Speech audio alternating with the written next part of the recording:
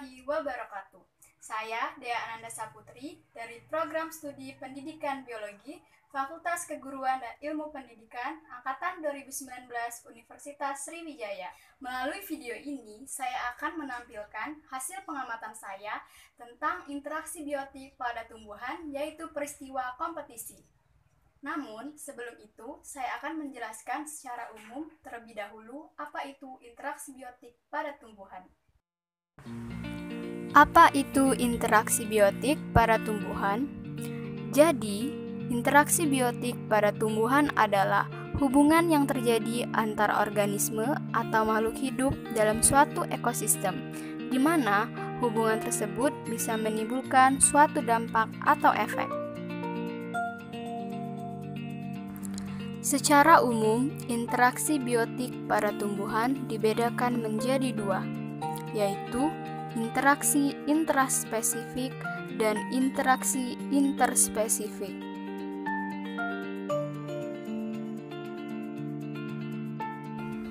Interaksi intraspesifik adalah hubungan yang terjadi antar organisme atau makhluk hidup yang berasal dari satu spesies. Interaksi interspesifik adalah hubungan antar organisme atau makhluk hidup yang berasal dari spesies yang berbeda. Ada banyak interaksi biotik pada tumbuhan, di antaranya yaitu netralisme, komensalisme, parasitisme, mutualisme, kompetisi, amensalisme, dan antibiosis seperti alelopati. Ayo kita bahas.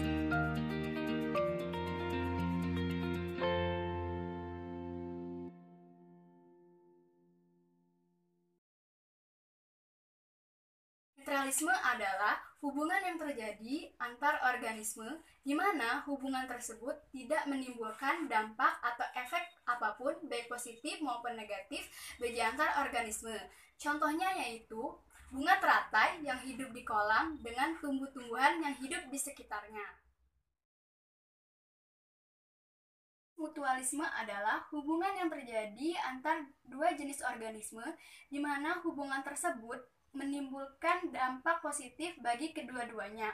Contohnya itu hubungan antara tanaman kacang-kacangan dengan bakteri Rhizobium. Komensalisme adalah hubungan yang terjadi antara dua jenis organisme di mana salah satu organisme akan mendapatkan dampak atau efek positif, sedangkan organisme yang lain tidak akan mendapatkan efek apapun. Contohnya yaitu hubungan antara anggrek yang hidup di pohon mangga.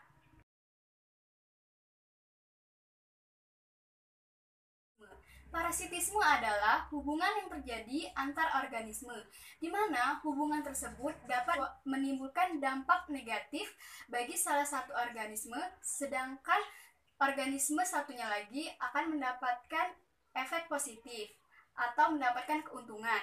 Contohnya yaitu tumbuhan tali putri yang hidup pada inangnya.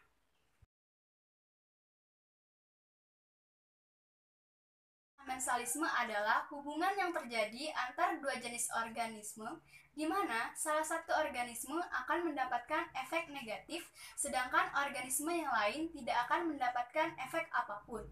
Contohnya yaitu hubungan antara gulma dan padi. Nah, gulma akan menghalangi padi untuk mendapatkan sinar matahari sehingga pertumbuhan padi akan terhambat.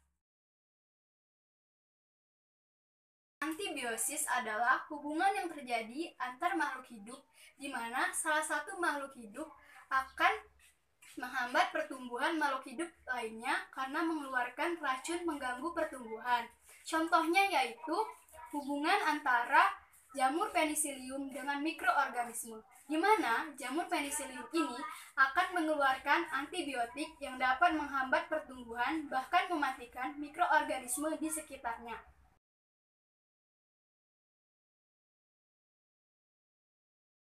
adalah hubungan yang terjadi antar organisme karena berbagi kebutuhan yang sama dalam suplai yang terbatas. Nah, penjelasan tentang kompetisi akan saya jelaskan lebih lanjut di pengamatan yang akan saya lakukan. Tujuan saya melakukan pengamatan ini adalah untuk memenuhi tugas mata kuliah ekologi tumbuhan. Namun, selain itu, melalui pengamatan ini, tujuan saya juga untuk mengetahui apa sih hubungan interaksi pada tumbuhan, khususnya peristiwa kompetisi itu. Selain itu, saya juga bertujuan untuk mengetahui apa pengaruh dari kompetisi yang terjadi, baik kompetisi intraspesifik maupun kompetisi interspesifik.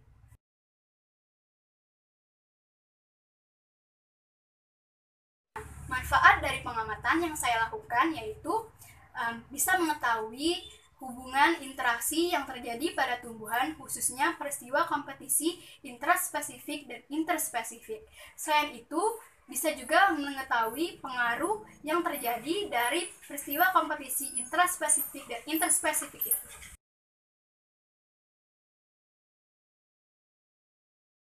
Pengamatan yang saya lakukan tentang interaksi biotik pada tumbuhan adalah tentang peristiwa kompetisi. Nah, yang pertama adalah peristiwa kompetisi intraspesifik antara tanaman cabai di dalam satu buah polybag. Dengan antara tiap-tiap organisme tanaman cabai dalam satu buah polybag ini menunjukkan peristiwa kompetisi intraspesifik. Karena tiap-tiap organisme tanaman cabai di dalam satu polybag ini akan bersaing untuk memperebutkan ruang atau tempatnya di dalam satu polybag ini, memperebutkan unsur hara, air, sinar matahari, ataupun faktor-faktor ekologi lainnya untuk hidup dan pertumbuhannya. Sehingga bisa kita lihat bahwa terdapat organisme tanaman cabai yang pertumbuhannya kurang optimal. Seperti pohon cabai tersebut ada yang ukurannya lebih rendah dibandingkan pohon cabai yang lain. Hal ini bisa terjadi karena mereka memperebutkan sumber daya yang terbatas di dalam satu polybag. Ternyata, di dalam satu buah polybag tersebut tidak hanya ditemukan interaksi biotik berupa kompetisi. Di dalam polybag ini juga ditemukan interaksi biotik berupa parasitisme, di mana bisa kita lihat bahwa terdapat semut yang berada di daun. Nah, semut-semut tersebut menyebabkan daun-daun tersebut menjadi berlubang, sehingga merugikan tanaman cabai tersebut.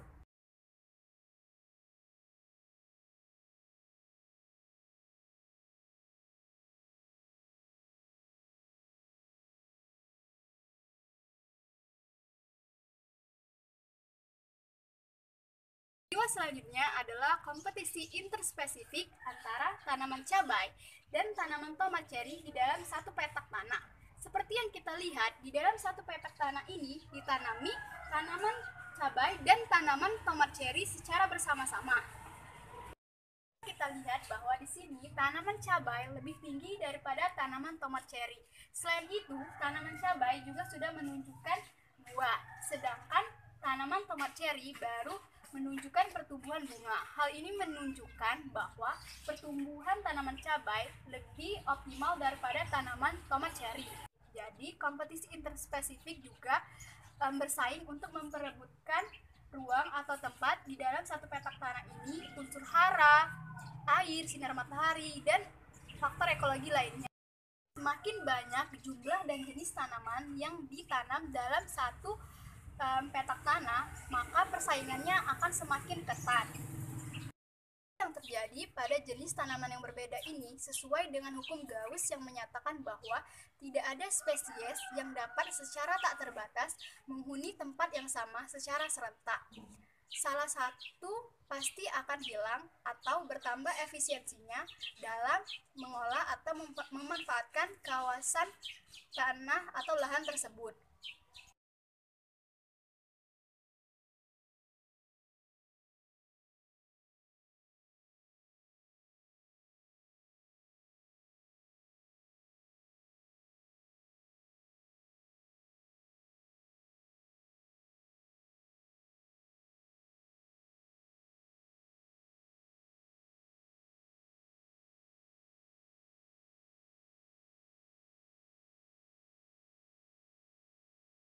itulah pengamatan yang saya lakukan dan sedikit penjelasan tentang interaksi biotik pada tumbuhan.